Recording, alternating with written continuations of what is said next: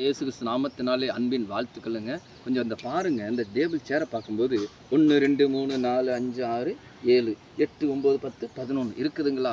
உபாகம் 1:11 சொன்னது போல் நீங்கள் இப்பொழுது இருக்கிறது பார்க்கலும் 1000 மடங்கு அதிகமாகும்படி கர்த்தர் உங்களை ஆசீர்வதிப்பாருங்க. அப்படி ஆசீர்வதிக்கும் போது நீங்கள் மற்றவர்களுக்கு பிரயோஜனமுள்ள பாத்திரமாக கடவுள் உங்களை மாற்றுவார். வேதாகமத்திலேருந்து பாருங்கள், என்ன பார்க்க போகிறோம்னா 1 நாளாகமம் 12வது அதிகாரம் 22வது வசனம் பார்க்க போகிறோம்.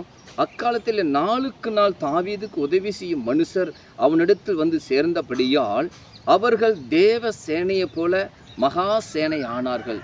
தேவ சேனையை போல மகா சேனை ஆனார்கள். உங்களுக்கு ஆண்டவரே, எனக்கு ஞானம் இல்லைன்னு கவலைப்படாதீங்க, எனக்கு புத்தி இல்லைன்னு கவலைப்படாதீங்க, எனக்கு அறிவு இல்லைன்னு கவலைப்படாதீங்க, எனக்கு பணம் இல்லைன்னு கவலைப்படாதீங்க.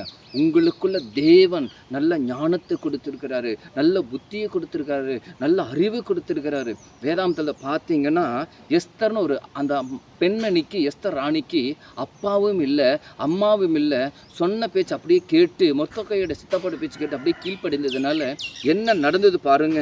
அந்த எஸ்தர் 4வது அதிகாரத்தில் 16வது வசனம் சொல்லுகிறது, நானும் என் தாதிமாரும் உபவாசம் பண்ணுவோம், விதமாக சட்டத்தை மீறி ராஜாலத்தை பிரவேசிப்பை, நான் செத்தாலும் சாயிரண்டு சொல்ல சொன்னான். தானியேல் அந்த எஸ்தர் அம்மா பார்த்தீங்கன்னா கூட ஜெபிக்கிறதுக்கு ஒரு ஜபக்குழு கர்த்தர் அந்த பெண்மணி ஏற்படுத்திட்டாங்க. நீங்கள் அநேக ஆலயத்தில் பார்த்தீங்கன்னா பெண்கள் தாங்க நிறைய முன்னோடியாக இருக்கிறாங்க. ஆண்கள் என்னன்னு தெரில.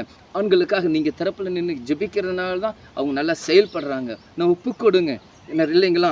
பாருங்க, நீ எப்படி மாம்சத்தோடும் எபேசியர் 6வது அதிகாரம் 12வது வசனம் பார்க்கும் பொழுது, எபேசியர் 6வது அதிகாரம் 12வது வசனம் பார்க்கும் பொழுது, ஏனெனில் மாம்சத்தோடும் இரத்தத்தோடும் போராட்டம் அல்ல, துரைத்தனங்களோடும் அதிகாரங்களோடும் இப்புறம் அந்தகார லோகாதிபதிகளோடும் வான மண்டல பொல்லாத ஆவிகளின் சேனைகளோடு நமக்கு போராட்டம் உண்டு. பொல்லாத ஆவிகளின் சேனைகளோடு போராட்டம் உண்டுங்க, டெய்லியும் உண்டு. நீங்கள் இதை ஜெயிக்கிற ஒரு பெண்மணியாக இருக்கணும், ஜெயிக்கிற ஆண்மகனாக இருக்கணும். அபிஷேகத்தை முக்கியப்படுத்துங்க. நீங்கள் ஆவியில் நிரம்பி ஜெபிச்சிங்கன்னா எல்லா கிரியிலும் செயலற்று போடும். நம்ம ஜெபிப்போம். கர்த்தாவே, இதை பார்க்குற கேட்குற ஒவ்வொரு குடும்பங்களுக்காக நன்றி செலுத்துறையாம்.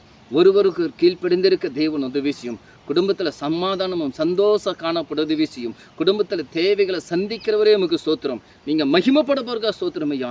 தேவையான நேரத்தில் தேவையை சந்தித்து தேடி வந்த தெய்வமே மனதார ஸ்தோத்திரிக்கிறோம். ஒவ்வொரு குடும்பத்தோட தேவைகளை சந்திப்பீராக. நீங்கள் காத்துக்கொள்ள மகிமைப்படும். கர்த்தராகிய இயேசு கிறிஸ்து நாமத்தில் கேட்குற நல்ல பிதாவே, ஆமீன்.